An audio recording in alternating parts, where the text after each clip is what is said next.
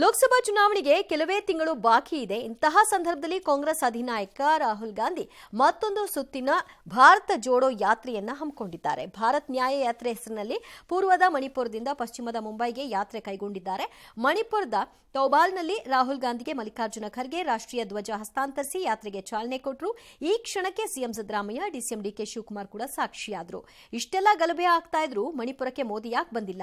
ಯಾಕೆ ಮಣಿಪುರವನ್ನ ಭಾರತದ ಭಾಗ ಅಂತ ಮೋದಿ ಪರಿಗಣಿಸಿಲ್ವಾ ಅಂತ ಪ್ರಶ್ನೆ ಮಾಡಿದ್ರು. ರಾಜಕೀಯದಲ್ಲಿ ಧರ್ಮ ಸೇರಿಸ್ತಿರೋ ಬಿಜೆಪಿ ಜನರನ್ನ ಪ್ರಚೋದಿಸ್ತಾ ಇದೆ ಅಂತ ಖರ್ಗೆ ಆರೋಪಿಸಿದ್ರು. ಈ ಯಾತ್ರೆ ಲೋಕಸಭಾ ಚುನಾವಣೆಯಲ್ಲಿ ಪಕ್ಷಕ್ಕೆ ನೆರವಾಗಲಿದೆ ಅಂತ ಕಾಂಗ್ರೆಸ್ ಲೆಕ್ಕಾಚಾರ ಹಾಕಿದೆ.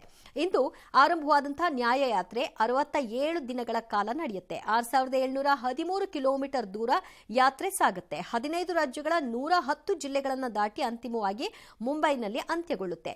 ಕಳೆದ ವರ್ಷ ಕನ್ಯಾಕುಮಾರಿಯಿಂದ ಕಾಶ್ಮೀರದವರೆಗೂ ರಾಹುಲ್ ಯಾತ್ರೆ ಮಾಡಿದ್ರು. ಆದರೆ ರಾಹುಲ್ ಯಾತ್ರೆಯನ್ನ ಬಿಜೆಪಿ ಈಗ ತೀವ್ರ ಟೀಕೆಗೆ ಒಳಪಡಿಸಿದೆ.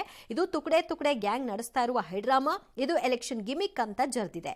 ರಾಮ ಮಂದಿರ ಲೋಕಾರ್ಪಣೆ ಹೊತ್ತಿನಲ್ಲಿ ಇದು ಬೇಕಿತ್ತಾ? ರಾಮನಿಗೆ ಮಾಡಿದ ಅಪಮಾನ ಅಂತ ಆಪಾದಿಸಿದೆ.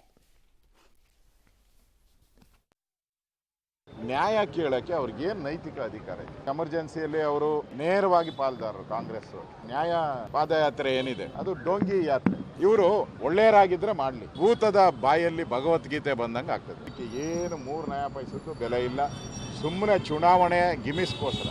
ಈ ಸಂದರ್ಭದಲ್ಲಿ ಪ್ರತ್ಯೇಕವಾಗಿ ಬೇರೆ ಕಾರ್ಯಕ್ರಮ ಮಾಡೋಂಥದ್ದನ್ನ 22ರ ನಂತರ ಮಾಡಿದ್ರೆ ಚೆನ್ನಾಗಿತ್ತು. ಆದರೆ ಅವರು ರಾಜಕೀಯ ಕಾರ್ಯಕ್ರಮ ಮಾಡಬೇಕು ಅಂತ ಹೊರಟಿರೋದಕ್ಕೆ ನಮ್ದೇನು ಅಭ್ಯಂತರ ಇಲ್ಲ.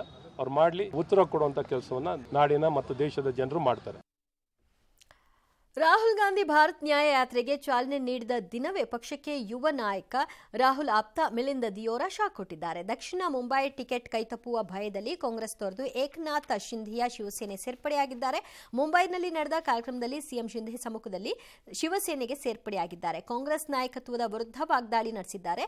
ಕೇವಲ ಮೋದಿಯನ್ನ ವಿರೋಧಿಸಬೇಕೆಂಬ ಅಜೆಂಡಾದೊಂದಿಗೆ ಕಾಂಗ್ರೆಸ್ ಕೆಲಸ ಮಾಡ್ತಾ ಇದೆ. ಹಳೆಯ ಪಕ್ಷವಾಗಿ ಈಗಿನ ಕಾಂಗ್ರೆಸ್ ಉಳಿದಿಲ್ಲ ಅಂತ ದಿಯೋರಾ ಟೀಕಿಸಿದ್ದಾರೆ. ಆದರೆ ಇದೆಲ್ಲ ಪ್ರಧಾನಿ ಮೋದಿಯ ಹೆಡ್ಲೈನ್ ಮ್ಯಾನೇಜ್ಮೆಂಟ್ ತಂತ್ರ. ದಿಯೋರಾ ಕಾಂಗ್ರೆಸ್ ತೊರೆಯುವ ಮುಹೂರ್ತವನ್ನ ಮೋದಿಯೇ ಫಿಕ್ಸ್ ಮಾಡಿದ್ದಾರೆ ಅಂತ ಜೈರಾಮ್ ರಮೇಶ್ ದೂರಿದ್ದಾರೆ. ಇದಕ್ಕೆ ಬಿಜೆಪಿ ಟಕ್ಕರ್ ಕೊಟ್ಟಿದೆ. ರಾಹುಲ್ ಗಾಂಧಿ ಭಾರತ್ ಜೋಡೋ ಯಾತ್ರೆಯಾದ್ರೆ ಮಾಡಲು ಮೊದಲ ಪಕ್ಷದಿಂದಲ್ಲ ನಾಯಕರಿಗೆ ನ್ಯಾಯ ಕೊಡ್ಲಿ, ಇದನ್ನು ಮಾಡೋ ಮೊದಲು ಅದನ್ನ ಮಾಡಲಿ ಅಂತ ಐಟಿ ಸೆಲ್ ಮುಖ್ಯಸ್ಥ ಅಮಿತ್ ಮಾಳವಿಯ ಟ್ವೀಟ್ ಮೂಲಕ ವಾಗ್ದಾಳಿ ನಡೆಸಿದ್ದಾರೆ. ಎಐಸಿಸಿ ಅಧ್ಯಕ್ಷ ಮಲ್ಲಿಕಾರ್ಜುನ ಖರ್ಗೆ ಲೋಕಸಭಾ ಚುನಾವಣೆಗೆ ಸ್ಪರ್ಧಿಸಲು ನಿರಾಸಕ್ತಿಯನ್ನು ತೋರ್ತಾ ಇರುವ ಸನ್ನಿವೇಶದಲ್ಲಿ ಅವರಿಗೆ ವಿಪಕ್ಷ ಕೂಟ ಐಎನ್ಡಿಐಎ ಮುನ್ನಡೆಸುವ ಮಹತ್ವದ ಜವಾಬ್ದಾರಿ ಸಿಕ್ಕಿದೆ. ನಿನ್ನೆಯ ಸಭೆಯಲ್ಲಿ ಏನೆಲ್ಲ ನಡೀತು ಅನ್ನೋ ಬಗ್ಗೆ ಇನ್ನಷ್ಟು ಮಾಹಿತಿ ಲಭ್ಯವಾಗಿದೆ. ಮೊದಲು ರಾಹುಲ್ ಗಾಂಧಿಯನ್ನ ಐಎನ್ಡಿಐಎ ಕೂಟದ ಚೇರ್ಪರ್ಸನ್ ಮಾಡುವಂತೆ ಜೆಎಂಎಂ ನೇತಾರ ಜಾರ್ಖಂಡ್ ಸಿಎಂ ಹೇಮಂತ್ ಸೊರೇನ್ ಪ್ರತಿಪಾದನೆಯನ್ನ ಮಾಡಿದ್ರು. ಆದರೆ ಭಾರತ್ ನ್ಯಾಯ ಯಾತ್ರೆ ಹಿನ್ನೆಲೆಯಲ್ಲಿ ಈ ಹೊಣೆಯನ್ನ ತೆಗೆದುಕೊಳ್ಳಲಾಗಲ್ಲ ಅಂತ ರಾಹುಲ್ ಗಾಂಧಿ ಅವರು ತಿರಸ್ಕಾರ ಮಾಡಿದ್ದಾರೆ. ನಂತರ ಖರ್ಗೆ ಹೆಸರನ್ನ ಸಿಪಿಐಎಂ ನಾಯಕ ಸಿದ್ದರಾಮ್ ಯೆಚೂರಿ ಪ್ರಸ್ತಾಪ ಮಾಡಿದ್ರು. ಇದಕ್ಕೆ ಉಳಿದ ಎಲ್ಲ ನಾಯಕರು ಸಮ್ಮತಿಯ ಮುದ್ರೆಯನ್ನು ಒತ್ತಿದ್ರು ಅಂತ ತಿಳಿದು ಬಂದಿದೆ.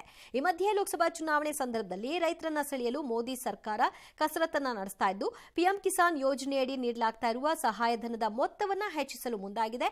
ಮಹಿಳಾ ರೈತರಿಗೆ ವಾರ್ಷಿಕ 10 ರಿಂದ 12 ಸಾವಿರ, ಪುರುಷ ರೈತರಿಗೆ 8 ರಿಂದ 9 ಸಾವಿರಕ್ಕೆ ಸಹಾಯಧನ ಹೆಚ್ಚಿಸುವ ಬಗ್ಗೆ ಸರ್ಕಸ್ ಮಾಡ್ತಿದೆ. ಫೆಬ್ರವರಿ 1ರ ಬಜೆಟ್ನಲ್ಲಿ ಈ ಬಗ್ಗೆ ಘೋಷಣೆ ಹೊರಹೊಮ್ಮುವ ಸಾಧ್ಯತೆ ಇದೆ. ಕೋಚಿಮೂಲ್ ನೇಮಕಾತಿ ಪ್ರಕರಣಕ್ಕೆ ಬಿಗ್ ಟ್ವಿಸ್ಟ್ ಸಿಗ್ತಾ ಇದೆ. ಕೋಚಿಮೂಲ್ ನೇಮಕಾತಿಯಲ್ಲಿ ಅಕ್ರಮ ನಡೆದಿರೋದು ನಿಜ ಅಂತ ಕೋಚಿಮೂಲ್ ನಿರ್ದೇಶಕ ಇಡಿ ಮುಂದೆ ತಪ್ಪೊಪ್ಪಿಗೆಯನ್ನ ಹೇಳಿಕೆ ಕೊಟ್ಟಿದ್ದಾರೆ. ಇದಕ್ಕೆ ಪೂರಕವಾಗಿ ರೇಡ್ ವೇಳೆ ಕೋಚಿಮೂಲ್ ಅಧ್ಯಕ್ಷ ಶಾಸಕ ನಂಜೇಗೌಡ ಮನೆಯಲ್ಲಿ 30ಕ್ಕೂ ಹೆಚ್ಚು ಶಾಸಕರ ಶಿಫಾರಸು ಪತ್ರಗಳು ಸಿಕ್ಕಿವೆ. ಇದನ್ನು ಆಧರಿಸಿ ಹೊಸದಾಗಿ ನೇಮಕಗೊಂಡ ಅಭ್ಯರ್ಥಿಗಳಿಗೆ ಇಡಿ ನೋಟಿಸ್ ಅನ್ನ ಕೊಟ್ಟಿದೆ. ಮಂಗಳವಾರ ವಿಚಾರಣೆಗೆ ಹಾಜರಾಗಲು ಸೂಚಿಸಿದೆ. ಸದ್ಯದ ಬೆಳವಣಿಗೆ ನೋಡ್ತಿದೆ. ಇದು ಹಲವು ಸಚಿವರು, ಶಾಸಕರ ಬುಡಕ್ಕೂ ಕೂಡ ಒಂದಷ್ಟು ತನಿಖೆಯ ಜಾಡು ಹಿಡಿಯುವಂತಹ ಸಾಧ್ಯತೆ ಇದೆ. ಚೀನಾದಿಂದ ಬಂದ ಕೂಡಲೇ ಮಾಲ್ಡೀವ್ಸ್ ಅಧ್ಯಕ್ಷ ಭಾರತದ ವಿರುದ್ಧ ಜಿದ್ದನ್ನ ಮುಂದುವರಿಸಿದಂತೆ ಕಾಣಿಸ್ತಾ ಇದೆ. ಮಾಲ್ಡೀವ್ಸ್ ದೇಶ ಗಾತ್ರದಲ್ಲಿ ಚಿಕ್ಕದೇ ಆಗಿರಬಹುದು, ಆದರೆ ಬೆದರಿಕೆ ಹಾಕೋ ಹಕ್ಕು ಯಾವ ದೇಶಕ್ಕೂ ಇಲ್ಲ ಅಂತ ಮುಯಿಜು ಪರೋಕ್ಷವಾಗಿ ಭಾರತದ ವಿರುದ್ಧ ಗುಡುಗಿದ್ದಾರೆ. ಈ ಬೆನ್ನಲ್ಲೇ ಮಾರ್ಚ್ 15ರ ಒಳಗೆ ಮಾಲ್ಡೀವ್ಸ್ನಿಂದ ಸೇನೆ ಹಿಂಪಡೆಯುವಂತೆ ಭಾರತ ಹೈಕಮಿಷನರ್ಗೆ ಮಾಲ್ಡೀವ್ಸ್ ಸರ್ಕಾರ ಸೂಚಿಸಿದೆ. ಮಾನವೀಯ ದೃಷ್ಟಿಯಿಂದ ಭಾರತ ನೀಡಿದ ಹೆಲಿಕಾಪ್ಟರ್ಗಳನ್ನು ಬಳಸದಂತೆ ಸೇನೆಗೆ ಮುಯಿಜು ಆದೇಶ ನೀಡಿದ್ದಾರೆ. ಸದ್ಯ ಭಾರತದ 77 ಯೋಧರು ಮಾಲ್ಡೀವ್ಸ್ನಲ್ಲಿದ್ದಾರೆ. ಆದರೆ ಇದೇ ಹೊತ್ತಿನಲ್ಲೇ ಮಾಲೆ ಮೇಯರ್ ಎಲೆಕ್ಷನ್ನಲ್ಲಿ ಆಡಳಿತಾರೂಢ ಪಕ್ಷಕ್ಕೆ ಶಾಕ್ ಎದುರಾಗಿದೆ. ಇಂದು ಸಂಕ್ರಾಂತಿ ಹಬ್ಬ. ಹೀಗಾಗಿ ಪ್ರಧಾನಿ ಮೋದಿ ದೆಹಲಿಯಲ್ಲಿ ಸಂಕ್ರಾಂತಿ ಹಬ್ಬವನ್ನ ಆಚರಣೆ ಮಾಡಿದ್ದಾರೆ. ಕೇಂದ್ರ ಮಂತ್ರಿ ಮುರುಗನ್ನ ನಿವಾಸದಲ್ಲಿ ನಡೆದ ಪೊಂಗಲ್ ಹಬ್ಬದಲ್ಲಿ ಪ್ರಧಾನಿ ಪಾಲ್ಗೊಂಡ್ರು.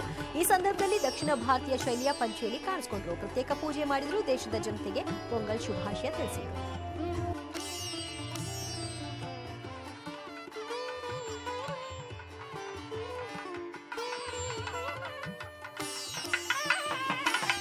ಇನಿಯ ಪೊಂಗಲ್ ನಲ್ಲ ಅಳತುಕ್ಕಲ್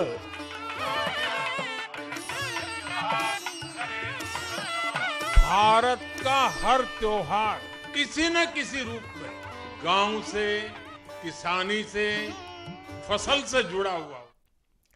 ತಮಗೆ ಜೀವ ಬೆದರಿಕೆ ಇದೆ ಅಂತ ಸಂಸದ ಜಿಎಂ ಸಿದ್ದೇಶ್ವರ್ ಹೇಳಿಕೆ ಕೊಟ್ಟಿದ್ದಾರೆ. ದಾವಣಗೆರೆಯಲ್ಲಿ ಮಾತನಾಡಿದ ಅವರು, ನನ್ನ ಕಾಲು ತೆಗಿಬೇಕು, ವಿಷ ಹಾಕಿ ಸಾಯಿಸಬೇಕು ಅಂತ ಹೊಂಚು ಹಾಕ್ತಾ ಇದ್ದಾರೆ. ಹೀಗಾಗಿ ನಾನು ಎಲ್ಲೇ ಹೋದ್ರೂ ಎಚ್ಚರಿಕೆಯಿಂದ ಇರ್ತೀನಿ, ಯಾರು ಏನ್ ಕೊಟ್ಟರು ತಿನ್ನೋದಿಲ್ಲ ಅಂತ ಅವ್ರು ಹೇಳ್ಕೊಂಡಿದ್ದಾರೆ. ಆದ್ರೆ ಈ ಬಗ್ಗೆ ದೂರು ಮಾತ್ರ ಅವ್ರು ದಾಖಲು ಮಾಡಿಲ್ಲ. ನಾನು ಕಾಲು ಕಡಿಬೇಕು ಅಂತಾರೆ, ಪಾಯ್ಸನ್ ಹಾಕ್ಬೇಕು ಅಂತಾರೆ. ಒಂದೇನು ಬಿಟ್ಟಿಲ್ಲ ಎಲ್ಲ. ಅದಕ್ಕೆ ನಾನೆಲ್ಲ ಭಾಳ ಹುಷಾರಾಗಿ ಅದೀನಿ.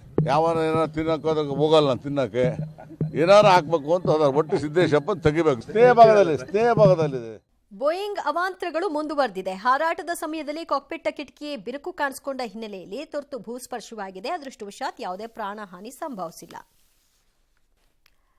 ಸಾಮಾನ್ಯವಾಗಿ ಆಮೆ ನಿಧಾನವಾಗಿ ಹೋಗುತ್ತೆ, ಅದೆಲ್ಲ ನಮಗೆ ಗೊತ್ತು. ಆಮೆ ಮೊಲದ ಕಥೆ ಕೂಡ ಕೇಳಿದ್ದೀವಿ. ಆದರೆ ಈ ದೃಶ್ಯ ನೋಡಿ, ಆಮೆ ಎಷ್ಟು ಹೈ ಸ್ಪೀಡ್ನಲ್ಲಿ ಹೋಗ್ತಾ ಇದೆ ಅಂತ ಈ ದೃಶ್ಯ ಈಗ ವೈರಲ್ ಆಗಿದೆ.